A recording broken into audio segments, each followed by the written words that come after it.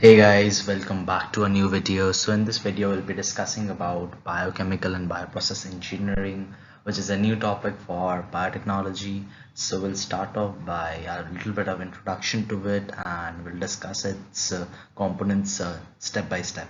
So let's get started with this. So talking about this, let's just discuss about biotechnology first and and then how it relates with the subject or the topic.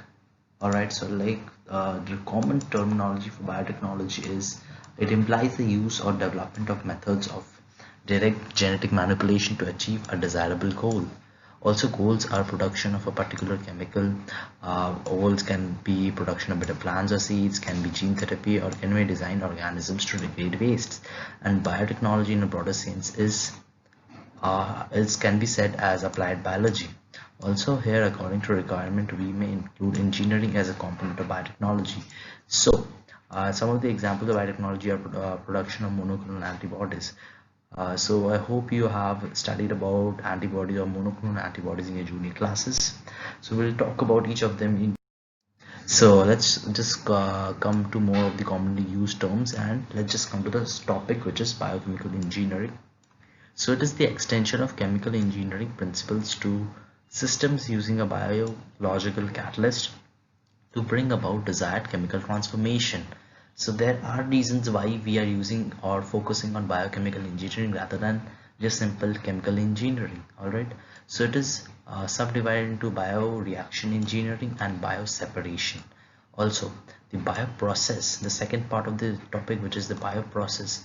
The bioprocess engineering includes the work of mechanical, electrical, and industrial engineers to apply the principles of the disciplines. So basically, it's a blend of chemical engineering and making of certain things. So we'll just talk about how it has sorts of utilities such as it has detailed equipment design, it has sensor development, it has control algorithm as well as manufacturing designs. Also, it is applied to processes based on using living cells or components of such cells. So later in this video you'll understand the usage of the subject and more of its components. So there are lots of areas under which this subject plays a huge part. So these are areas such as pharmaceuticals, and it has products applications like antibiotics, antigens, endorphin, gamma globulin, growth hormone, human serum albumin, immune regulators, insulin, interferon, lymphokines, interleukins. So coming to the second area, which is animal agriculture, which include development of disease-free seed stocks. Also plant agriculture, which has transfer of stress, herbicide or pesticides. Coming to the fourth type, which is specialty chemicals, which has amino acids, enzymes, and vitamins, and many more. Also coming to environmental applications, it has mineral leaching, metal concentration, pollution control, toxic waste degradation. Coming to commodity chemicals, it has acetic acid, acetone, butanol, and bioelectronics has biosensors and biochips.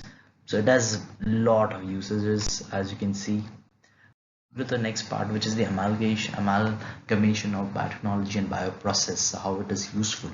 So to carry out a bioprocess on a large scale, biochemical engineers need to work together with biological scientists. So it is due to following reasons, such as to obtain the best biological catalyst, which can be microorganisms, animal cells, plant cells, or enzymes for a desired process. Also to create the best possible environment for the catalyst to perform by designing the bioreactor and operating it in the most efficient way. Also to separate the desired products from the reaction mixture is the most economical way. So it's a blend of two, as you know, it's the bioprocess and the biochemical engineers that do the work. So there are some of the basic questions that might come in your mind. All right, so these are some of them, such as with what change can be expected to occur, how fast will the process takes place, how can the system be operated and controlled for the maximum yield, and how can the products be separated with maximum purity and minimum cost. So these are some of the questions that I wrote on this thing, so that may occur on your minds. So I'll be discussing about all of these questions and how these questions are these are the pillars for which we are studying this subject. All right, so moving on with talking about the typical bioprocess setup. So this is a setup. This is an overview of a setup. It has many parts in it. When we look interiorly, so on as a looking on as an overview, it has a stock culture. It has a shake flask. It has a seed fermenter, and goes into this. And it is a main fermenter. It is a production fermenter. This is the air input, and this has in the other side it has raw materials, medium formulation, sterilization, and from there we get the recovery product which needs to be purified. So we get the product, and the remaining waste is the effluent treatment. So this is a basic overview of the bioprocess setup. So moving on, so like coming to the main part, to one of the most important part, which is the advantages of bioprocess. So how it is advantageous? So it has mild reaction conditions. So the typical condition is at room temperature, atmospheric pressure, and fairly neutral pH. The manufacturing facilities are less complex compared to typical chemical process. So basically it happens on a normal scale. So it does not require extremes of temperature or pressures or anything. So it happens on a very general, fairly normal temperature, pressure, neutral pH scale. So to coming to the second advantage, which is the specificity. So an enzyme catalyst is highly specific and catalyzes only one or small number of chemical reactions. A great variety of enzymes exist that can catalyze a very wide range of reactions. So here comes the main part of the use of enzymes. So you will in this subject will be using a lot many enzymes and see its activity towards a bioreactor and how it reacts. So there can be many enzymes that exist and can catalyze a wide variety range of reactions. So here comes the specificity, and which helps us to process this reaction better. So coming to the third part, which is the effectiveness. So the rate of an enzyme catalyzed reaction is usually much faster than that of the same reaction when directed by non-biological catalyst. Also, a small amount of enzyme is required to produce a desired effect. Alright, so this is pretty much pretty much efficient, I must say. Coming to more of the advantages such as the renewable resources.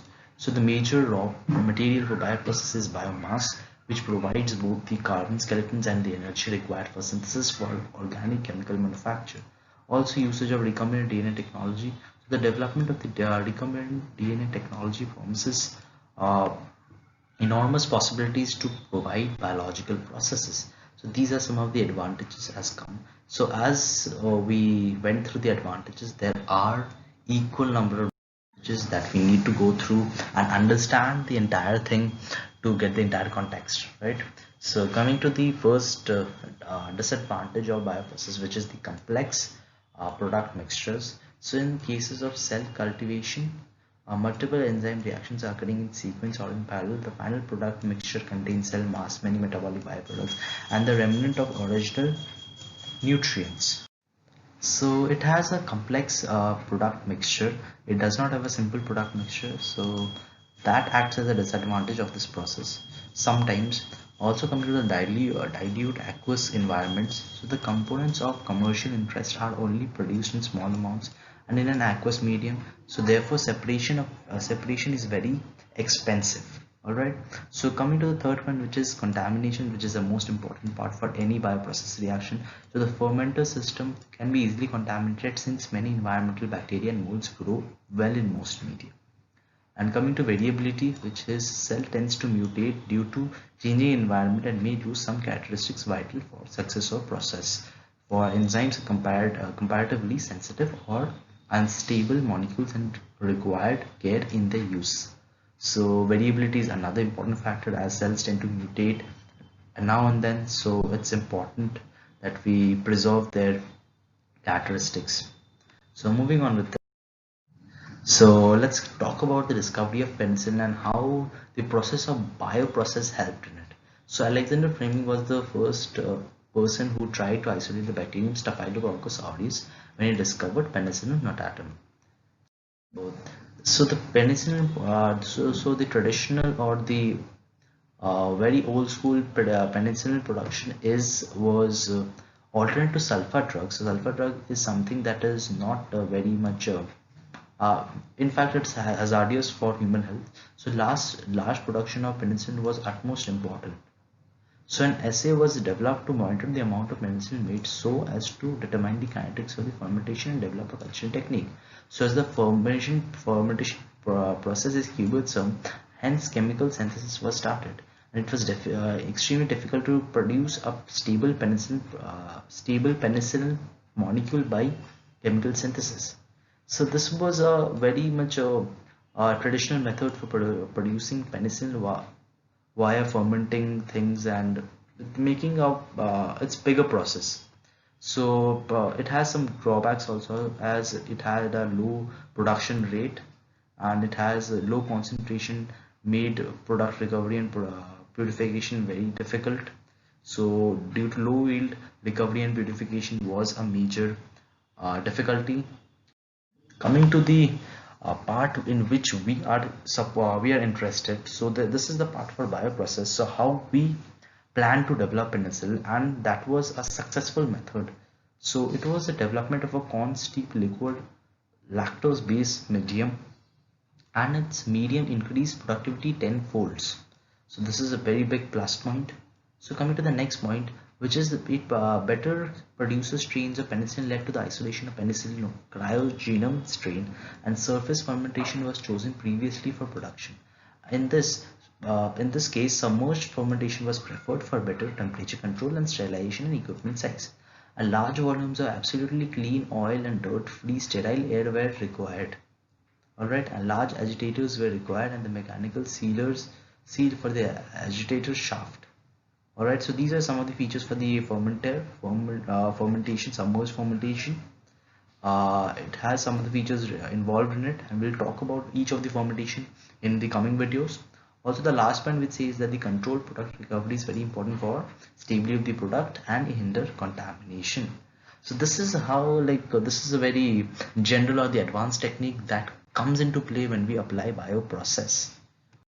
So this is a picture that I got from Google. This is a outside picture of a fermenter, and this is the inward picture of a fermenter. So these are a number of shafts, agitators that help in the formation. So I will be teaching you about the fermentation deeply, so in my coming videos, about what it has and what it does. So this is a basic overview of this thing, how the penicillin is produced in a fermenter. So this is the strain Penicillium cryogenum and the seed fermenter.